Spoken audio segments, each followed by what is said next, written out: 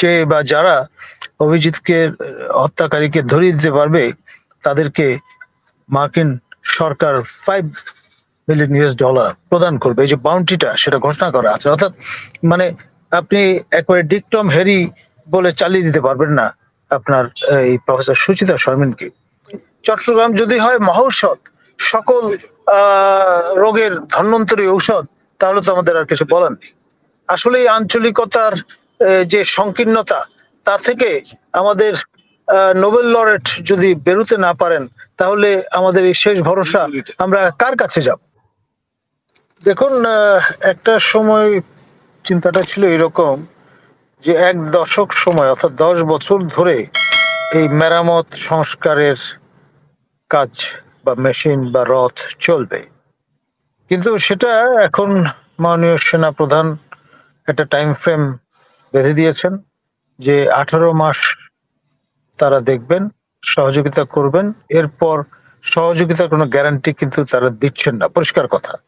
এখন বন্দুকের নল হচ্ছে ক্ষমতার উৎস, এটা মাও সেতুং বলে গিয়েছিলেন। এটা যে একেবারে ইররিলেভেন্ট হয়ে গেছে, অপ্রাসঙ্গিক হয়ে গেছে 21st সেঞ্চুরিতে এসে, এটা ভাবার কোনো কারণ নেই।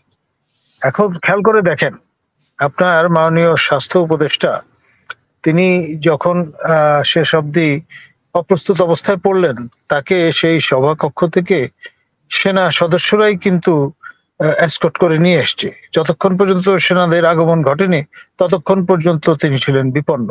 কম বেশি সবার ক্ষেত্রেই বিষয়টি প্রযোজ্য। এখন আপনার যারা সমালোচক, তারা তো প্রফেশনালি সমালোচনাটা করে যাচ্ছেন। যেমন ধরুন পিনাকি ভট্টাচার্য, সেই প্যারিসে বসে তিনি কিন্তু তার মতো করে কামান দাগিয়ে যাচ্ছেন।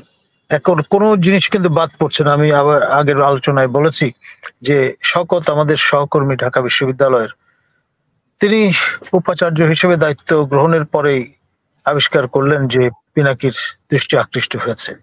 আবার একইভাবে আমাদের প্রফেসর ডক্টর সুচিতা শর্মিন, আমাদের সর্বজন শ্রদ্ধেয় শিক্ষক, আমাদের আবুল কাশেম ফজল হক স্যারের কন্যা, এবং দীপানের বোন, যে দীপানকে নৃশংসভাবে হত্যা করা হয়েছে আপনার এই আজিজ সুপার মার্কেটে। এবং কোন কানেকশনে? অভিজিৎ হত্যাকাণ্ডের কানেকশনে, যার যে বা যারা অভিজিৎকে হত্যাকারীকে ধরিয়ে দিতে পারবে তাদেরকে মার্কিন সরকার $5 মিলিয়ন প্রদান করবে। এই যে বাউন্টিটা সেটা ঘোষণা করা আছে, অর্থাৎ মানে আপনি একবারে ডিকটম হেরি বলে চালিয়ে দিতে পারবেন না আপনার এই প্রফেসর সুচিতা শর্মিনকে।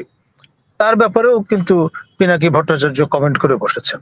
এখন নিশ্চয়ই তাকে কেউ না কেউ বার্তা দিচ্ছে এখান থেকে, এবং তিনি খোলামেলা ঘোষণা দিয়ে বলেছেন যে তিনি বিরোধী দলের ভূমিকা পালন করছেন, যেহেতু বিরোধী দল নেই। এখন ডেফিনেটলি প্লুরাল স্পেস ডেমোক্রেসি সেটি সমুন্নত রাখবার জন্য আমাদের এ ধরনের কনস্ট্রাকটিভ ক্রিটিসিজমের দরকার আছে। আমি নিজেও কিন্তু অনেক ক্ষেত্রে এই বিষয়গুলো নিয়ে সমালোচনা করছি যে এটা কি চট্টগ্রাম সমিতি কিংবা এনজিও ম্যানেজমেন্ট স্টাইল? আপনার এই যে পরিস্থিতি, আমরা তো কখনোই চাইনি শেখ হাসিনার চলে যাওয়ার পরে গোপালগঞ্জের স্থলাভিষিক্ত হবে চট্টগ্রাম।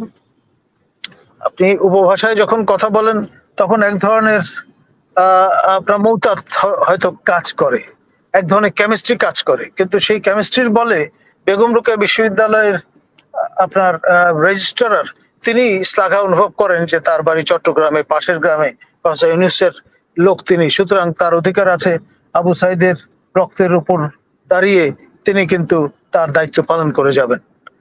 এক অর্থে সেই হত্যাকাণ্ডের দায় কিন্তু তিনিও এড়াতে পারেন না। তো ফলে চট্টগ্রাম যদি হয় মহৌষধ, সকল রোগের ধন্বন্তরী ঔষধ, তাহলে তো আমাদের আর কিছু বলার নেই। আসলে এই আঞ্চলিকতার যে সংকীর্ণতা, তা থেকে আমাদের নোবেল লরেট যদি বেরোতে না পারেন, তাহলে আমাদের এই শেষ ভরসা আমরা কার কাছে যাব বলুন? এই জন্যই আসলে মাঝে মাঝে হতাশ হয়ে যেতে হয়। এবং সমস্যার যে পাহাড়, সেটা কিন্তু আকাশচুম্বী। সেখানে সমস্যার নিরসন তো ঘটছেই না, বরং এক ধরনের স্থবিরতা চলে এসছে, সমন্বয়হীনতা আমরা দেখতে পাচ্ছি।